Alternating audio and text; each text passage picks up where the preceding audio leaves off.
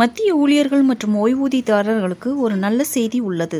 செய்தியின்படி அரசாங்கம் விரைவில் அகவிலைப்படி அதிகரிப்பை அறிவிக்கக்கூடும். இது ஊழியர்களின் சம்பளத்தில் மிகப்பெரிய அதிகரிப்புக்கு வழிவகுக்கும். பிப்ரவரி 28 அன்று மத்திய அமைச்சரவை கூட்டம் நடைபெற உள்ளது. இந்த கூட்டத்தில் அகவிலைப்படி தொடர்பான பெரிய அறிவிப்பு எதிர்பார்க்கப்படுகிறது. அரசாங்கம் ஒவ்வொரு ஆண்டும் 2 முறை ஜனவரி 1 மற்றும் ஜூலை 1 அகவிலைப்படியை அதிகரிக்கிறது. இந்த முறை இந்த அதிகரிப்பை மார்ச் மாதத்தில் செயல்படுத்தலாம். இந்த முறை ஹோலி பண்டிகைக்கு முன்பு அரசு அகவிலைப்படியை அதிகரிக்கலாம். இந்த முறை அகவிலைப்படியை 3% அதிகரிக்க அரசாங்கம் திட்டமிட்டுள்ளதாக தகவல்கள் தெரிவிக்கின்றன. இது நடந்தால் இந்த அதிகரிப்பு ஜனவரி 1, 2025 முதல் அமலுக்கு வரும் என்று கருதப்படுகிறது. இதனால் மத்திய ஊழியர்கள் மற்றும் ஓய்வூதியதாரர்களின் சம்பளமும் அதிகரிக்கக்கூடும்.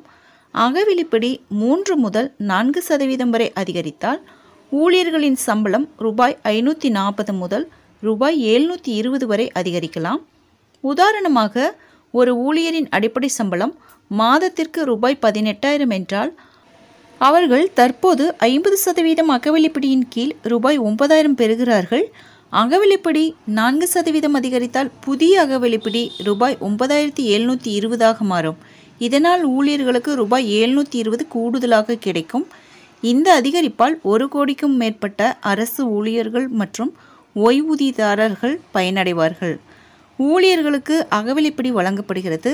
அதே நேரத்தில் ஓய்வூதியதாரர்களுக்கு இது அகவிலைப்படி நிவாரணம் என்று அழைக்கப்படுகிறது.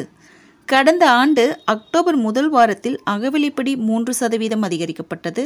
இருப்பினும் இந்த அதிகரிப்பு ஜூலை 1 முதல் அமலுக்கு வரும் என்று கருதப்பட்டது. பின்னர் அகவிலைப்படி 50%இலிருந்து 53% அதிகரித்தது.